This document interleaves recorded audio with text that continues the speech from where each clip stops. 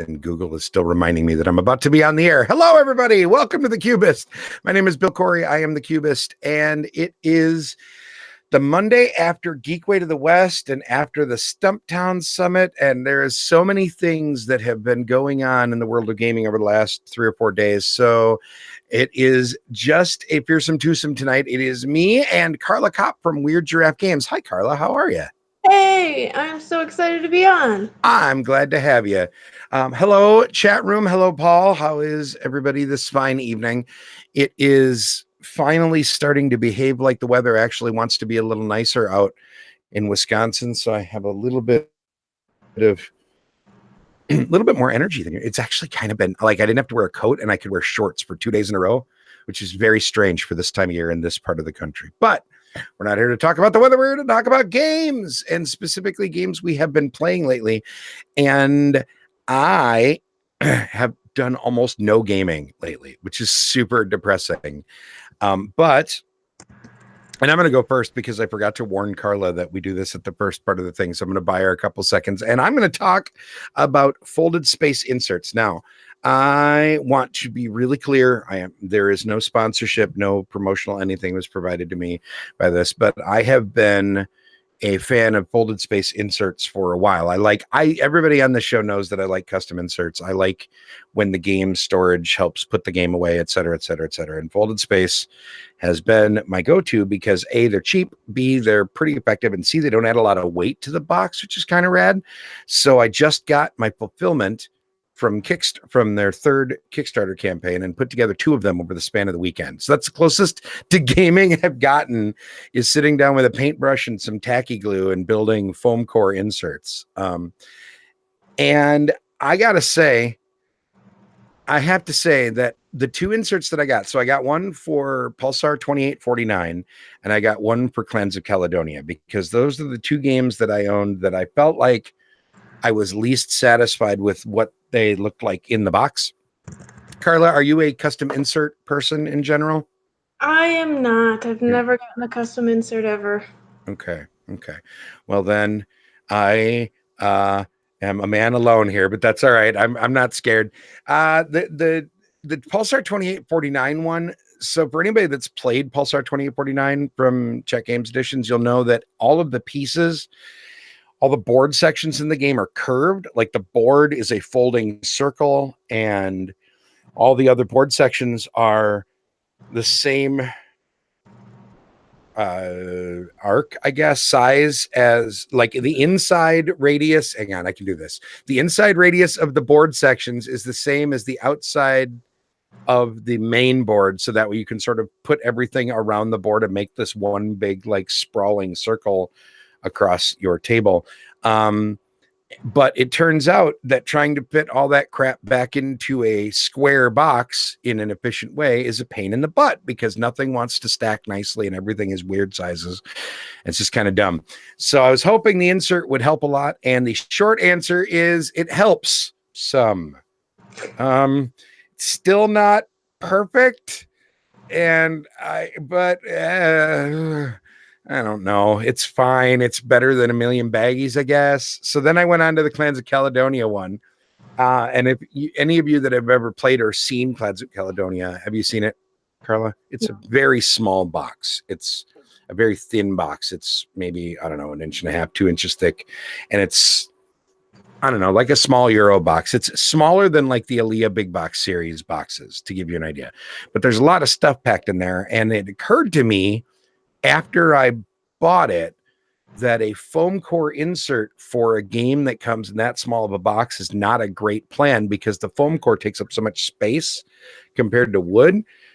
But it actually works okay. Now, having said that, I think that there are a couple spots that I might have made slightly different decisions, but it works. Everything is in the box. So I personally think that foam core inserts are great if they are done well and if the game is well suited for it. And Folded Space does a really good job with their insert designs, but not every game is well suited for foam core. And I think if I could go back in time, I would probably not have done the Clans of Caledonia one, because I just don't think that it fits perfectly in the box does help. And I don't know, they're fine. I think if you are curious about foam core inserts, start with folded space. Or if you're curious about custom inserts, start with folded space. Start with the foam core one because they're cheap. You only spend like 15, $20 on an insert for a game that you already like, as opposed to some of the bigger, like Broken Token or Daedalus or Meeple Realty, all of those. They all do great job. I own inserts from all of them somewhere in my collection. Game Trays is another one, but with they all take up less space, and I think that's a big deal for some games. So I'm not even going to bother rating them. I will say that I like folded space. Just be careful on which games you buy them for, because not every game will make good use of what they bring to the table. Tom, I see you in the chat there. You have 8, and you just got 3 new ones. While Carla talks, please in the chat tell us which ones you got and which ones you like, because I'm really curious about this, and it would be nice to give some more recommendations on that. So, Carla, is there anything you've played recently that you're excited about? So I really wanted to play a new game this week, but instead of doing that, I ended up playing Mystic Vale again because that is a game I know and like, and it takes no effort to like really play because I don't know, you're doing your own thing. And that help me out, because I played it, but it's been a long time. Mystic Vale is the card customization game, right? Where you have like the fancy sleeves and you slide the cards in them, and then that changes the icons on the cards, right? Yep. Okay, So the card might have like one thing on it, and there's 3 different sections, so you could put something in every section. got And it. Okay, gotcha. Now I have a question for you. When I played it, I think my hazy memory from whenever it first came out, which would have been the last time I played it, was that it was fine, but a little light and felt a little bit like there were some cards that you just always wanted and some things that were kind of eh. Um, and then I heard from other people that the first expansion for the game really kind of spruced it up a little bit. Do you play the base game or do you play the expansion? And if so, have you found any of those criticisms to be accurate? so I play with the expansion in there, and at this point in time, I forget what's the base and what's the expansion. They're all just shuffled together. Um, I understand those criticisms. Like I do the same like strategy every time. There's other expansions though. I think there's like 3 more that I don't have that I'd really like to try just because I want to do something different. Gotcha. I mean, we play it because it's like, okay, I can't learn anything, so let's play something that is just simple. And there's nothing wrong with that. I call those comfort food games, the kinds of games where you're like, I don't really want to, like, I don't mind thinking, but I don't really want to learn right now. I just want to be able to sit down and do something. And it's sad that we have to come up with like a term and a mindset for playing the same game again. Weird, right? Like, isn't that the whole point of the hobby? And somehow, yeah. Well, and it's a little further too, because like I have other games that I like to play, but like they require a lot more thought than just, take out the cards until you get 2 red cards and then stop and then make a choice and buy a thing. Like, I've Gotcha. Okay. been super simple. Like, I don't know. I should play some of my heavier games more than I do. But if I can play a heavy game, I might as well learn a new game. So that's what I choose usually. Sure. That makes sense. That makes sense. All right. So Mystic Vale with the first expansion, just to be clear, on the Cubist scale, would you give it a buy it, play it, forget it, or burn it? Um, Buy it if you don't have enough of those games you just want to play and it's easy. Got it. Okay. It's a light medium. I want to just sit down and play something kind of game. I gotcha. Yeah. Like no player interaction really. Just How strong do you think the theme is in it, Carla? See, no. this is my ham-handed attempt at a segue. This is what happens when you make me try and be clever, folks, is that you get segues like this.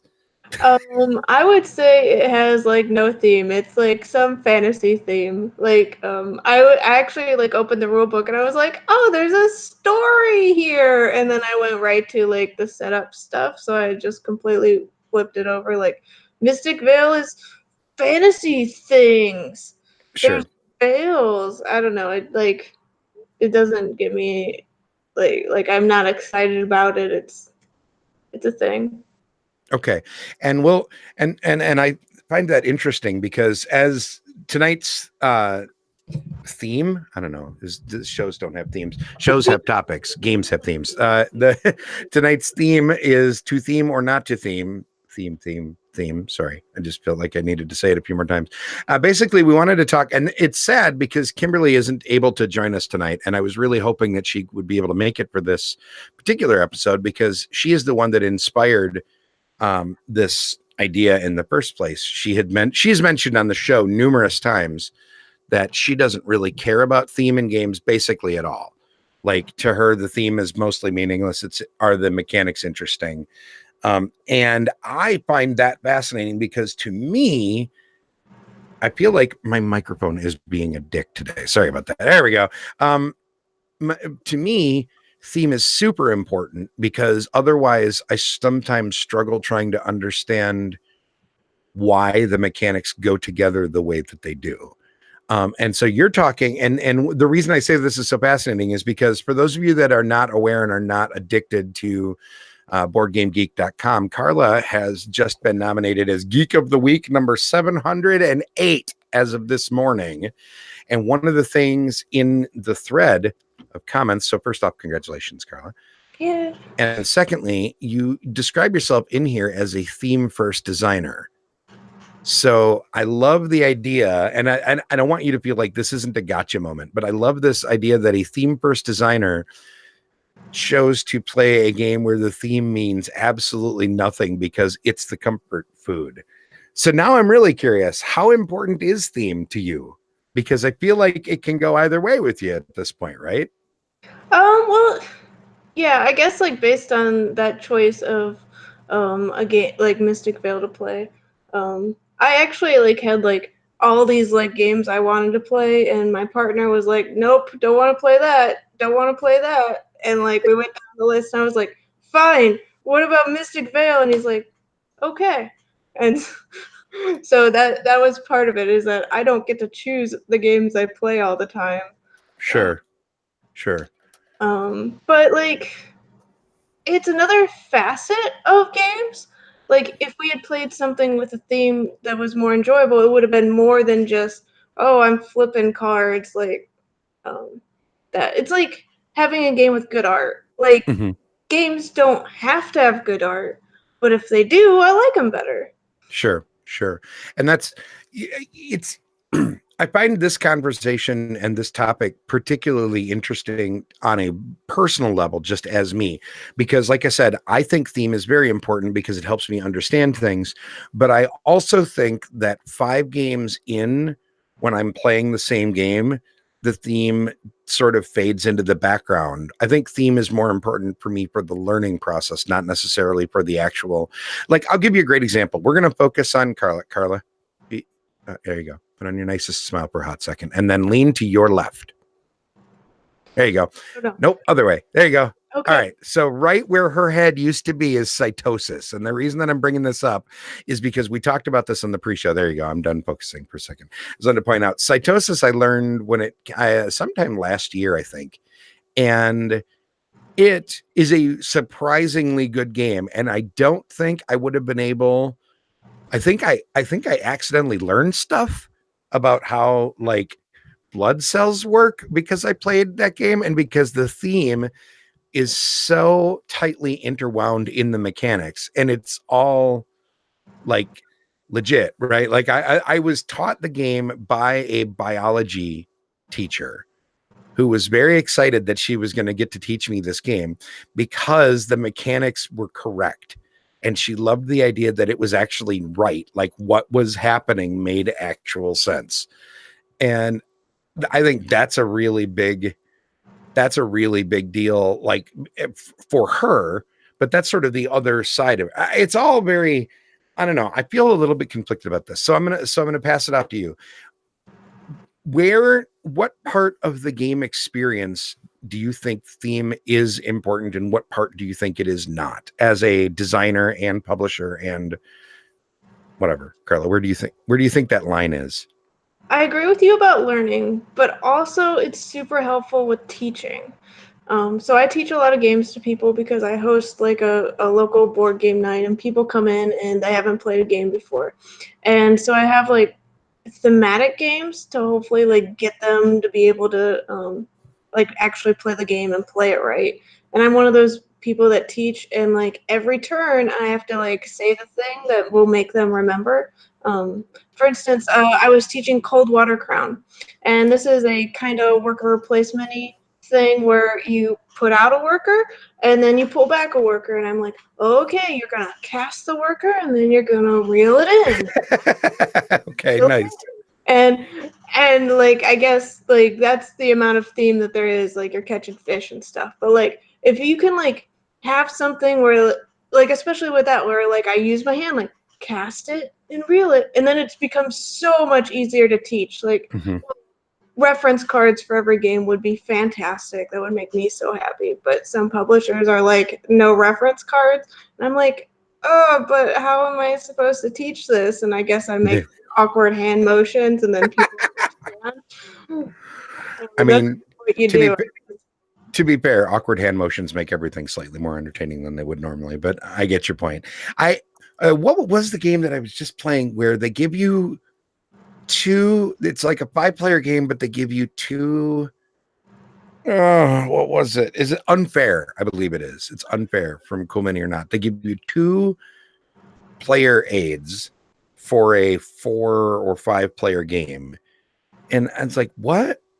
I no, just give. Look, if I don't know, that's a whole different ball game for a whole nother day. But I don't understand companies that don't give you 1-player aid per, I don't know, player.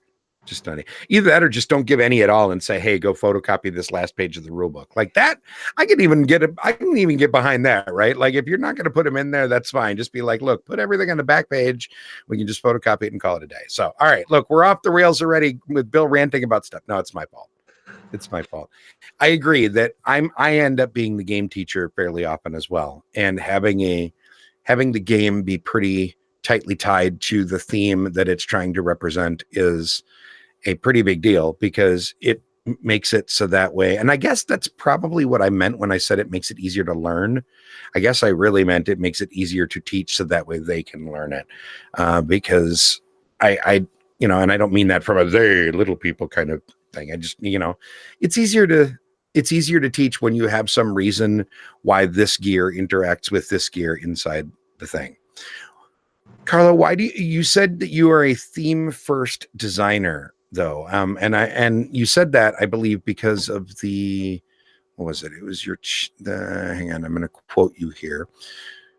Yeah, Dreams of Tomorrow was a distant second as far as the most challenging thing is. It was the first time you'd done a re-theme, which was pretty hard as your first a theme first designer. Knowing I had to retheme was basically the opposite of what came natural to me. So let's start with what comes naturally to you. Now, like where does the theme come into the design process? Do you usually be like, I want to do a game about this and then start designing things? Or do you come up with an idea and then be like, I feel like this would work with this theme? Which way does that tend to go? So when I first have the design, I usually have to have both things. Like I have to think of like, oh, okay, so we're doing a dinosaur circus and it's a deck builder. And then I'm like out like the door. Like I can just start actually like making like the cards or whatever once I have like both things tied together. Um, but like what I mean by design first is I'll be thinking like, okay, what's in a dinosaur circus? Well, maybe there's a Triceratops acrobats, and because they're Triceratops, two of them right next to each other can have a third on top because that's how acrobat Triceratops works. Okay. I love this. This is beautiful. I feel like we're watching the birth of a really weird game. I like it. All right, got it. Um, so Sorry. I like to think of weird stuff. Like all my game designs are a little different than I don't. They're not like it is fantasy. It's like, Yes. well, it's just some weird dinosaur thing. The dinosaurs are running the dinosaur park. I don't know. I'm like really on a dinosaur thing lately, but Gotcha. whatever. That's Um, fair. but yeah, like just thinking about the theme like gets me like all the things. But then like okay, you'll be playtesting, and it's like okay, this is an issue. You figure out why it's an issue, but like you go back to the theme, like what would happen in a dinosaur circus in this case? Like if you piled on the little tiny dinosaur like in a stack of three and it fell down, what would happen in dinosaur circus? Well, you'd uh, it all fall down. So of course, like you have spoiled or whatever. Like you that round you pressed your luck too much, you have to start over. Okay. It topples. So it's sort of you have all right. You know what? I'm gonna table that for a hot second until I can put my thoughts together. Tom in the chat asked, aren't we first attracted to theme before mechanics or anything else, even possibly before even art? I don't know. Coming at it from a consumer side, like let's use your dinosaur acrobats game as an example here. Is it is the theme what's gonna get people to pick up the box in the first place, or is the game gonna be what's gonna get people to pick up the box? So me personally, when I see dinosaur board game, I'm like, yes, I need to look at that right now, or I need to buy it. Okay, so we've accidentally leaned into one of your biases here. Yeah. Okay. My biases in design are the same as in my buying, where like I see a dinosaur game, I'm like, I don't know anything about this, but I'm buying it. That's actually how I got the Great Dinosaur Rush. Nice. Nowadays, I have too many games compared to the space I have, so I kind of have to like look more into games. But Mm-hmm. like, it's a lot easier for me to impulse buy something that's like either like specifically I really like dinosaurs. Um, do I like anything else?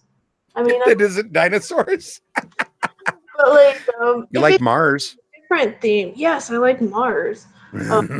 But like if it's like, oh, this is about farming, I'm like, like might not even look at any of the mechanics or the name. Like for me to like pick up a farming game, it has to like be super brightly colored, like the art is fantastic or something, or Sure. if somebody has to like not just like one person has to say it's good, but like maybe like five people I know have to be like, seriously, this is good, you should get it. Gotcha. Your gateway game, according to your interview on here, was Agricola. So that's yeah, and that definitely counts as a game where everybody, especially when it first came out, it was the only game people were talking about for that summer. I very distinctly remember even just the arguments about how you pronounce the damn word. It was Agricola for a long time. My personal answer, Tom, to your question is more of a I think it depends for people on how they learn about games. I think if you are walking into a game store and you haven't bought games and you haven't been keeping up on new game stuff, then yes, the theme is going to be how your access point, because you'll see the box and you'll be like, oh, I can't believe somebody made a game about dinosaur acrobats. That's cool. But for me, as somebody that has been around for this hobby for a very, very long time, and I no, I just theme is not the first thing that gets me almost ever. It is almost for and this is terrible for me to say because I do agree that theme is really important, but to me, it's not the thing that makes me pick it up first. It's the thing that gets me to pick it up again. The thing that gets me to pick it up first is a combination of the designer, the publisher, and the opinions of the people around me. But I have very few. I tend to gravitate a little bit towards space games. I tend to sort of dig space themes in general, but I also have games. I mean, Altiplano was one of my favorite games, and I'm not even sure I know what an alpaca looks like in a crowd, right? Like, I know, Carla, I know, I'm sorry. I may or may not have fed you that one. For those of you that don't know, the weird giraffe. All right, hang on. You want to tell the story? Tell the 30-second version of the weird giraffe. Oh, okay. So my last name is Cop, and I really like weird animals. So I tried to do Okapi games, and nobody got it. So I had to come up with a name that fit the logo that I spent so long on, and it was Weird Giraffe, I Right. guess. There you It's go. it's a company. We do. And they are sort of related to like they are in the same family as alpacas and no, they're not. Am I wrong? No, giraffes and okapis are the only thing in the giraffid family. Oh, all right. Well, then I was wrong. Giraffid. Fair enough. They look like it to me. But there's that. Anyway, yeah. To me, no, theme doesn't get me to pick up the box almost ever. I don't care about theme very much when it comes to picking up the box. But like I said, playing it again, absolutely. Like then getting it or teaching it or whatever. I definitely there are some games that have been sitting on my shelf for a long time that I just don't care to pick back up because the theme is so boring that I'm like, I don't even remember what this game is about. Like, even if the game is good, if I don't like, if something about the game has to grab me and be like, yes, you really like this, and here's why, you know. And sometimes that's and I think often that's theme for me. So when we talk about let's come at this or hearing about designers and publishers before you're hearing about the theme. Well, okay, so I'm sorry, I'm just going to go straight into this real fast here. Let's use Uwe Rosenberg as an example. Okay, example number one. An Uwe game is going to be about gathering food in some way. Like, I think it's not always farming exactly, but there is always the gathering and distribution of food somewhere in his games. So I don't care about shipping out of Le Havre, like as from a personal standpoint, you know, like the idea of building ships and shipping goods for points doesn't thrill me, but it is what informs that game. But I played it anyway because it was a Uwe Rosenberg game and I knew I liked Agricola. Whereas now I'll give you another example, Stepan Feld. Stepan Feld there's very little in common across his themes, right? Like the games that he designs have very little to do with one another from a theme standpoint. You can't say that he's the farming guy. You can say he's the point salad guy, but that isn't his theme. That's his design style, and that's sort of different. But I will always try a Stepan Feld game because I know that I've liked the majority of what he's made. I don't like all of them, but the majority of the stuff that he's designed, I know I'm going to like. Here's another great example. Czech Games Editions has yet to produce a game that I didn't like. I have never played a game with the CGE logo on the side of it that I didn't enjoy. So if it comes out of their design studio, I know I'm probably going to like it.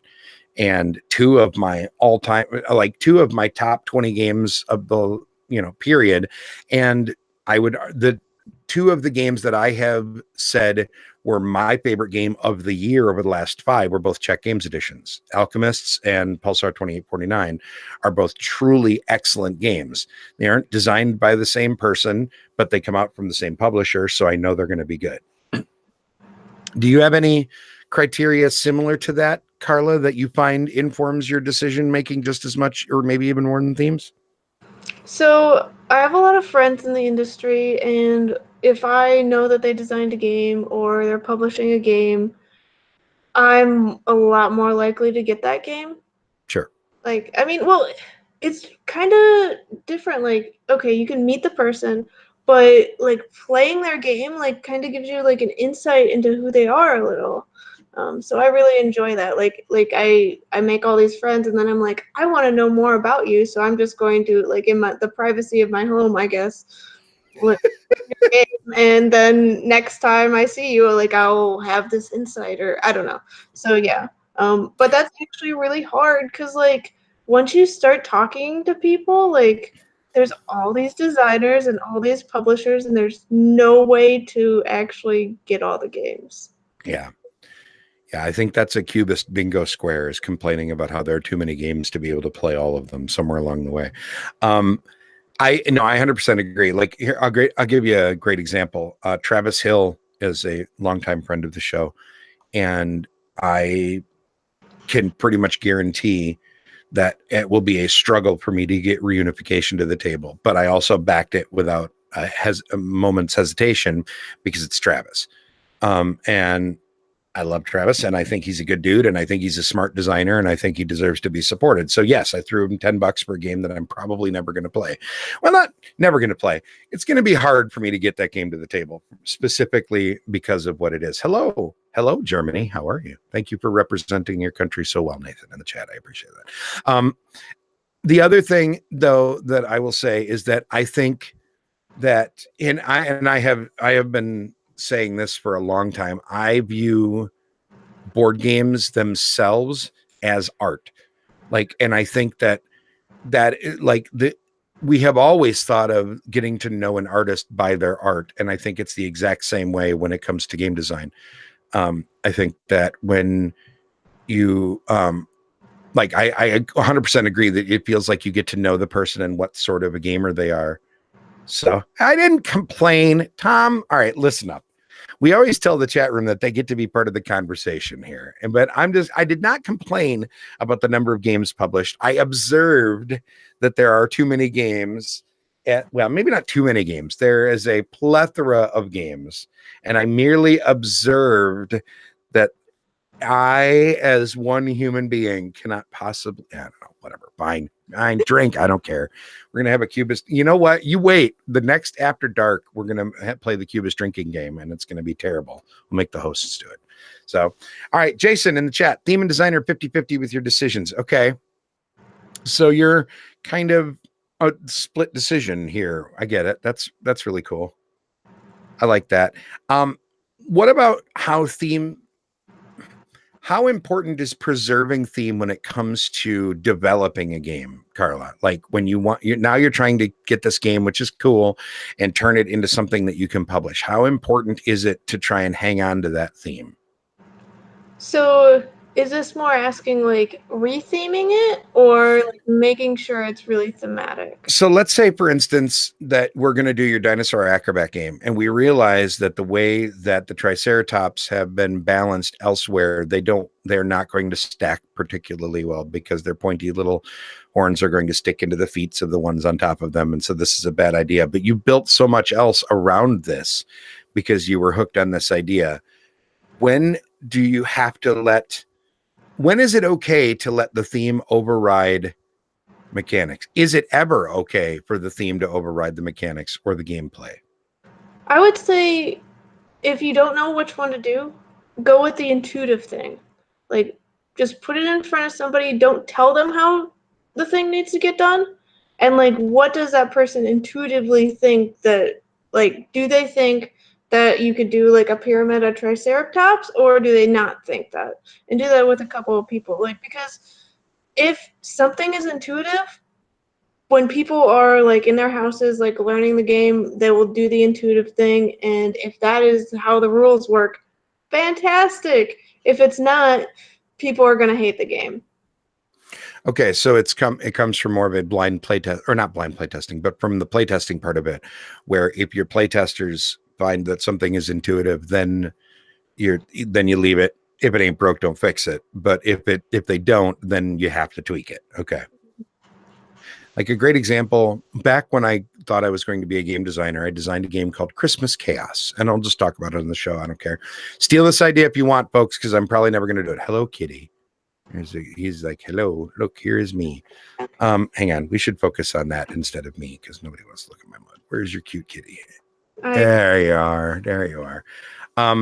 But in Christmas Chaos, the idea was that each player was one of Santa's head elves that were going to try and help get toys out the door in time for Christmas. And the game took 12 turns. And on those 12 turns, you could send your little troop of elves out to bribe Santa with milk and cookies to move your way up the naughty and nice list, which was basically the tiebreaker and turn order thing. That you could go recruit more elves from the village. You could go raid the mailbox and pick up letters from kids so that way you knew what they wanted. Or you could go to the conveyor belt and grab parts and then go back to your workbench and build the actual toys. And then basically the letters from kids were contracts and you fill them with parts. And once you filled them with all the parts, then you sent that kid their toy and the kid is happy. And I was really hell bent on the game being 12 turns long for the 12 days of Christmas. I could not get past that. It is the thing that I felt like was the part of it that made this thematically just completely work. And playtest after playtest, people came back and said 12 days is too long. I can't, it's too many turns. We're just doing the same thing over and over again. There's no fun at this point.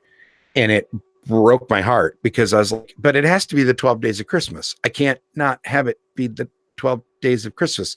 This whole freaking game is about Christmas. Like, I can't start sucking parts of Christmas out of a design. And I ended up tabling the entire game because I couldn't get past that. Even though my playtesters were repeatedly telling me that 12 turns was too long. And it isn't even like hubris. It was more like heartbreak, right? Like, it wasn't as much, I know better. It was like, but why? But it's Christmas. How would you want to take away the 12 days of Christmas? I don't get it. So that part of the conversation I find fascinating as well from a development standpoint. And maybe it's just, you just got to learn to trust the playtesters, huh? Yeah. Well, I mean, you have to, and you also have to make sure that you get the right playtesters. Like, if you get hardcore gamers, they might tell you something is intuitive when it's actually, like, if you're wanting it to be a gateway game, you need to get people that don't play games and just have them play it. Gotcha. Okay. Yeah, and really, I think well, and then that's a dangerous slope too, right? Because if you're just cherry picking playtesters, then it feels like there is a risk of running into echo chamberism, right? Where, well, I don't want my game to be something it's not, so I'm not going to invite hardcore gamers to playtest this. I only want casual gamers, or I want to make sure this game is like accessible, so I don't, I really want hardcore players to mess with the mechanics, but you don't want I can't talk today. You don't want your bias, the game's bias or player bias, to unduly influence in either direction. Mhm. Does that Yeah, make sense? yeah, and like all the different player types as well. Like if you only do the one kind of player type, like the people that love co-ops, if you only play with them, they'll give you a certain type of feedback. But like you need all the different player types and all the different levels. But like hearing the feedback, like if hardcore gamers always give you this piece of feedback and it's not for them, then it's like easier to like you still have to hear it, but you don't have to like listen to everything sometimes. Right. Yeah. I like that we've accidentally transitioned over into game development and playtesting instead of just theme here. But no, you're 100% right. Like, and I think that it's just a matter of making sure that you are listening with it. What is the Aristotle quote? It's the mark of an educated mind to be able to entertain an idea without accepting it. It's a sort of the same idea here. You have to listen to all of it, but you don't necessarily have to do any of it. But Mm-hmm. let it inform. Yeah, that makes sense. Tom in the chat asked if intellectual property equals theme. No, but it helps. I mean, it does help, right? Like, let's face it. So we're not going to have this conversation without talking about Gale Force 9. We can't, because they are the company that started making at least decent games based on intellectual properties people cared about, right? Like, that's sort of their jam. And we'll use Firefly for a hot second because it was brought up in the chat by Jason. So here's a I shut up, Nathan. I'm allowed to quote Aristotle once in a while. Damn it, I'm smart, you guys. No, whatever. And all right, so we'll talk about Firefly. Firefly is not a particularly mechanically sound game in my. And now it is on my shelf, and I like that game, but it's not particularly sound from a mechanics standpoint. It's long, it's a little bit repetitive. It definitely has spots in the middle of the game where everybody is just counting how many spaces they get to fly, and everybody's doing sort of the same things. But the theme comes through because it's Firefly, and because I want to have Mal captaining my ship and, misbehaving, right? So that game leans on its theme really heavily. But other games that have, like Battlestar Galactica, from Fantasy Flight as an example, they lean on that theme too, because if it isn't for the concept of Cylons, there is no game, right? Like that's how that game came to be. But the gameplay itself is very mechanical, and theme barely takes any part in a lot of the actual gameplay, right? Like, I mean, you have players just hucking cards into a pot. That doesn't make any sense from a thematic standpoint, but it works because it's mechanically solid and leans on the theme. So I think it just depends on the game. Yeah, that's actually a good point. Carla Kopp from Weird Giraffe Games. We just changed our start time, Carla, over the last few weeks, so we have people that occasionally wander in late. So I'm just going to use that as the excuse. This is Carla Kopp from Weird Giraffe Games. Hi, Carla. Hi, everyone. There you go. So now you're caught up. I don't know. What do you think? What do you think about the whole intellectual property versus theme idea? Um, it depends. Like as you said, like you could really lean into it and make that like how you make all your decisions, or it could just be pasted on. Like we've all played those games where it's like, is this really a Back to the Future game? I don't. I mean, it has the logo, but it's just dice. Um, So like it really depends. Like, are they really going to do it? And especially like when it's like a broad theme, like it could be Firefly, but it could be like a very specific episode, and if they lean hard into that, like that could get a different experience than an overall Firefly game. Sure. Yeah, and I mean, like for instance, I'm sort of surprised that there isn't like a tavern brawl Firefly game, like in and of itself, because I feel like you could do an entire game about just having Jane and Mal beat people up. You know what I mean? Like you could totally do that. But yeah, no, I agree. It really does depend. It's game versus game. All right, so listen, Chad Roberts in the chat is taking a cheap shot at me. By referring to my number one game, Eclipse, as having the awesome theme of space accountants. And look, here's the deal. You came into the show late, Chad, so you didn't hear the part where I admitted that I have a bias towards space themes. Having said that, anytime I get to blow stuff up with cute little pew pew ships, I'm probably going to do it. So I reject your hypothesis and substitute the reality of that being an amazing game. So shoosh, damn it. But you know what? No, that's actually a good transition though. It doesn't always matter either, right? Like Mhm. there are some games that you talked about one at the beginning of the show, Mystic Vale. The theme is pasted on who cares fantasy, But but it's cool mechanics. Like it's the only deck builder I know where you have to build the cards. yes, exactly. And that's a really good point, is that if the mechanic is cool enough, the theme doesn't matter, right? Like, does anybody remember the beginning of Dominion when it first came out? There is theoretically a theme in that game, believe it or not. I think I remember reading in the original rulebook that it's something like rebuilding a kingdom after it's been in ruins, blah blah. What? Nobody cares, right? Like nobody sits down to Dominion and be like, I would like to be the Duke of a kingdom. You know, nobody cares about the theme there because the gameplay is really smooth. Whether it's for you or not is a whole different ballgame. You cannot deny it's a well-designed game. Like I personally don't like it, but it's a well-designed game. And there are other games like that as well. But then you get the other end of the spectrum where you get like your Phil Eklund, where, you know, he's going to design a game that is going to accurately, or at least to the best of his ability, represent every aspect of the reality of the thing that he's trying to simulate on the table. And the theme is like, if you've ever played High Frontier, which I could not shut up about on this show when it first came out, if you've ever played it, it is very, very thematic, because it is all about planning and making sure you have the perfect resources in order to be able to make this mission go and yada, yada, yada. But gameplay wise, it's a beast. Like it's just brutal. All right. The chat, Custom Heroes. Custom Heroes isn't deck building exactly, is it? Maybe it is. I played that game, and that game has the similar thing of sleeves that you're sliding cards into. So I know I've played that. But yes, and I really want to get a copy of Leaving Earth, Chad. I want that game so bad. I'm right there. That's a crazy expensive though. So Werfel Bonanza does not make me feel like I am planting beans. Exactly. That's a great example. That's a great example of that. All right. So, yes, it's a trick taking game. There we go. Yep, that's what I thought.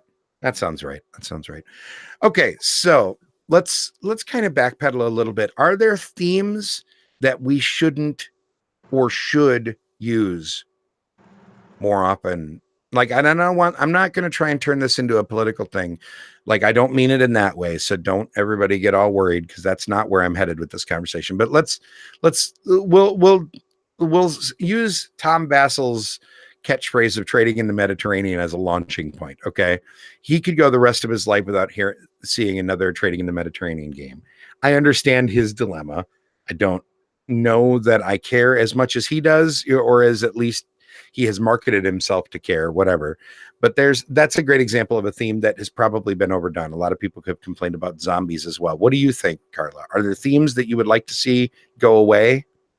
Oh yeah, like there was like that Crusaders game where it was like Mm-hmm. I don't need this in my life. I'm not even going to look into what it is. Yeah. Um, I actually just talked about that game on the show last week because I played it for the first time. And I get you. Yeah, as a matter of fact, if I recall correctly, I think I even said on the show that I thought the theme was a little bit off-putting, but the game itself was okay. Yeah, I get you. And it's poop theme games. What? Really? yeah. I, There was just a poop theme game on Kickstarter that did like super well, and I was like, I don't like poop, so. I don't.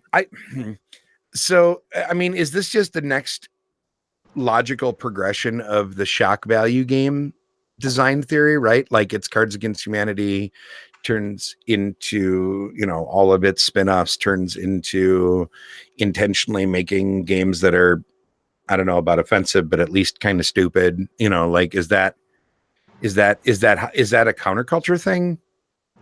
Well, I wouldn't say even counterculture because like so many people like those games.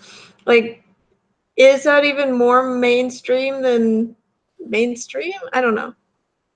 Yeah. It feels to me like lowest common denominator marketing. Like, look, if we make a game where people can go, he said butts, then we'll sell a bunch of them, and that's fine, I guess. I don't know. It's not for me, but I agree with you, Chad. I would like to expand upon your point a little bit and say I would like to see less shock-based theming. I just don't want games that rely on nervous giggling in order to make their point. Like, I'm sorry. I'm babbling a lot tonight, Carla. Please forgive me. I'm being a terrible interviewer here today, and I'm sure the chat will give me crap about it. But I interviewed for a job a few weeks ago, and they asked me what my opinion on Cards Against Humanity was, point blank, because the job was a gaming related job. And I said that I hated it. I said I thought it was not a particularly innovative game design. I said I didn't like the theme of the cards. I thought it relied on offensive humor too much to make people feel funny. And I like the idea that games should just be funny on their own without having to spoon feed you a joke. And so like games along those lines bother me a lot, just because I think it's just lazy. So Dungeon Pets did poop right. No need for more. That's a good, you know what, Jason? Well, hello. Hi. First, we've talked a bunch of times, but you were quiet until right now. I agree. Have you ever played Dungeon Pets? Nope. There's poop everywhere in that game. There's one other game I can think of that did poop right, which was The Binding of Isaac, but that's a video game. That's kind of a whole different thing. But I agree. Like, yeah, I just don't care about that kind of theme, and I don't want to see it succeed, because I feel like every time a game like that succeeds, it inspires knockoff artists to make more, and I don't want that.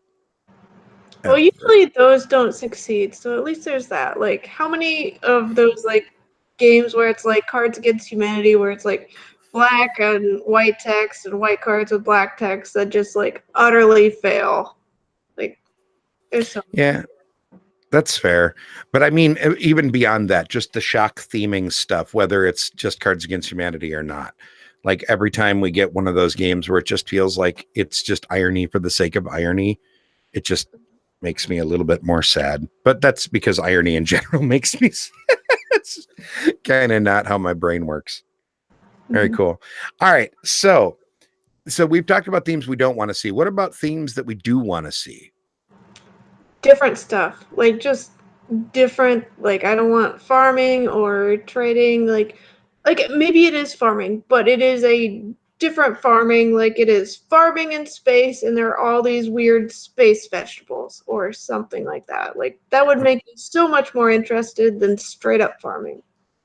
Uh we would be remiss if we did not really quickly mention the Spiel des Jahres nominees. And the reason that I'm saying that is because what you just said tied in. Once again, if we focus on the lovely Carla and we look right behind her, she has Wingspan back there, which was nominated for the Kennerspiel this year, which is really exciting. And I think that half of why Wingspan works so much is because it is one of the, I don't know, is differentest a word? I want it to be a word, so we're going to use it. One of the differentest games that I have played. It is a pretty straightforward engine builder, really, in the grand scheme of things. From a gameplay standpoint, I don't think it necessarily does anything super innovative from mechanically. You're drafting dice in order to take actions, and then you're or in order to paper actions. My bad, and then you're building your little engine. But the theme, because it's just a million birds, you know what I mean. Some of them are murder birds, and some of them are really good at having lots of eggs and whatever. Is amazing. Like And, that theme just totally works, and I think that's probably a big selling point. Go ahead. Sorry. oh, and I said it's accurate too. Like it's all based on real science. You can learn things about birds. See, and I think the mark of a good theme is if the mark of a good theme in a game is, did the theme make the gameplay easier to understand, and did the gameplay help you understand something about the theme? Like, did you learn something? And not every game has to be an educational opportunity, but I think it's definitely there. Well, More space stuff. Sorry, go yeah. ahead. Well, another cool thing about Wingspan is it got a lot of people to actually play board games. Like people that really like birds were like they went out and bought Wingspan and played it. Like when they might not have played any other hobby game. It gets more people into the hobby when you have like a lot of different themes that will appeal to a lot of different types of people. Yes, I agree wholeheartedly. All right, I have opened up Pandora's box. So we have to go down this rabbit hole, Carla. I'm sorry. I should probably not have brought this up. But the Spiel des Jahres nominees, the somebody in the chat is asking, the regular Spiel nominees are Just One, Llama, and Werewords, which I'm sure I guess I shouldn't say that, but I'm sure there is going to be a certain level of backlash over the Werewords thing because of the whole Werewords insider nonsense. And then the Kennerspiel was Carpe Diem, Detective, and Wingspan. And I think that this is a fascinating list. Fascinating list. So here we go. We do this every year. None of my co-hosts showed up this week. So Carla, you're going to get to be the first person to cast your votes. Which do you think of those three, Just One, Llama, or Werewords, is going to win? Not which one you like the best, but which one do you think is going to win the Spiel des Jahres this year? So I haven't heard of the second one. I've only Yep. played just one.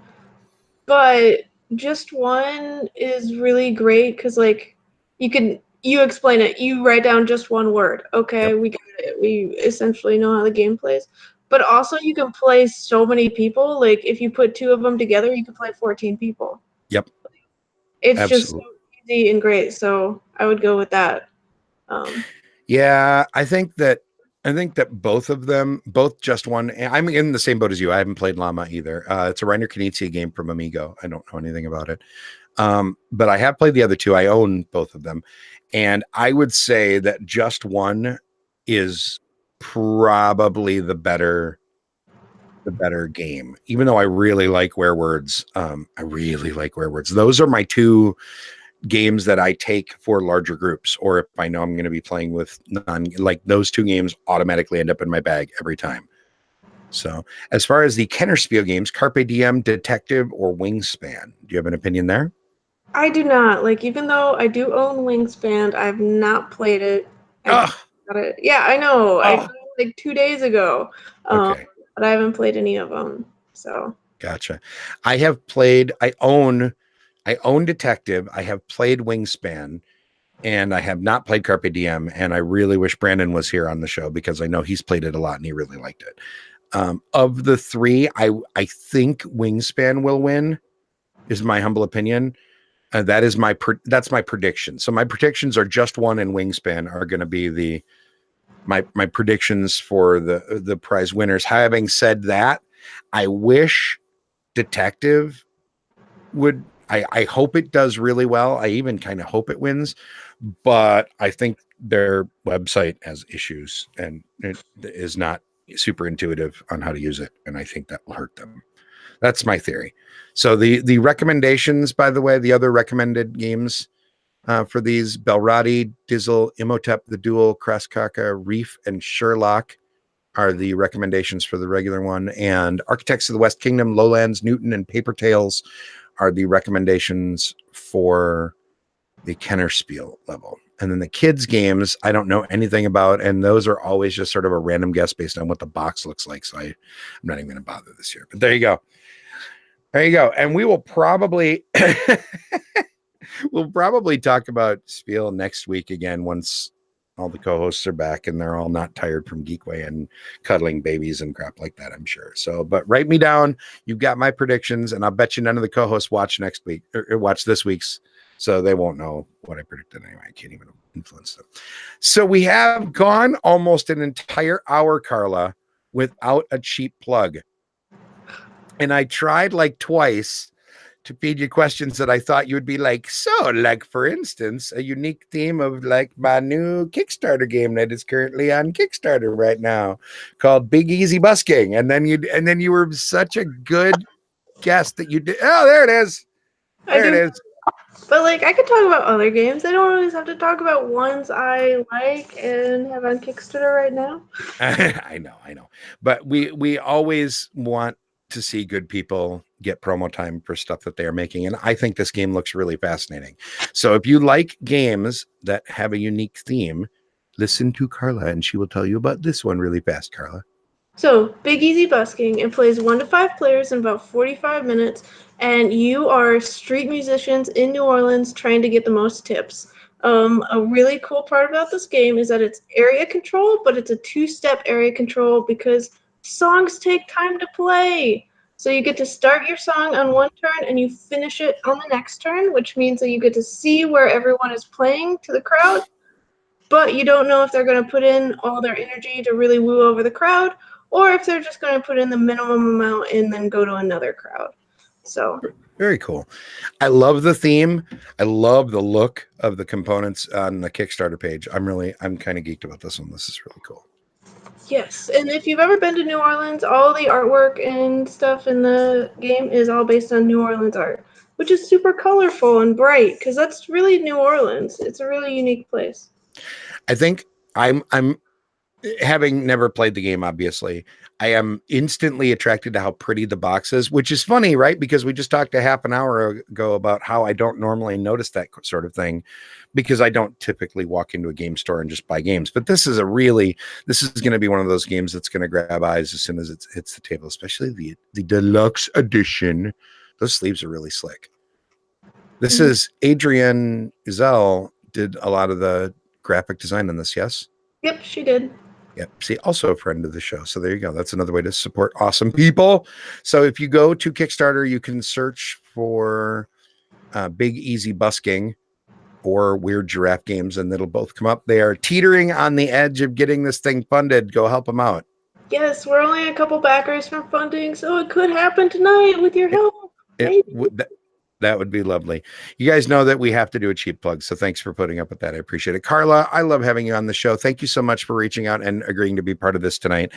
We've already made you do rapid fire, so we're not going to put you through that hell again because it'd be nice. If people wanted to learn more about you and the stuff that you do, where would we send them? So I have a website, weirdgiraffegames.com. I'm on Twitter all the time. Weird Giraffes is my handle. We also have a Facebook page, and I have an email if you just like emailing people. It's contact@weirdgiraffegames.com. I mean, I love board games. If you want to talk about board games, contact me on one of those things. Very cool. And I want to thank a very active chat room tonight. Thanks for weighing in on things, folks. I really appreciate it. It's always more fun when I've got you folks in the chat giving me crap. And hydroponic farming. Wait, see, I just read up. I missed a couple things. We need a hydroponics game. Wow, that would. I think we're about 5 years away from seeing anybody do that in the mainstream without immediately. I'm guessing. I'm guessing certain laws will have to be passed in certain places more often before that we will see a lot of hydroponics and board gaming. That's my guess. But what do I know? Carla, you're awesome. Thanks so much for being on the show. Chat room, you are just as awesome. Thank you for being here. I hope everybody had a great time tonight. All of our co-hosts, please do me a favor. If you believe in that sort of thing, send some good juju to our co-host Patrick. He had a little bit of a health scare this weekend, and he is on the recoup right now. Kimberly is cuddling a baby, and Brandon is just a tired old man. So we feel bad for all of them, but I'm sure we'll see more of them in the following week. So thank you, Carla. Yes, it was great. Thank you, everyone. Thank you, chat room. We will see you all again next week. Have a great week of gaming. We'll talk to you next time. Take care. Bye.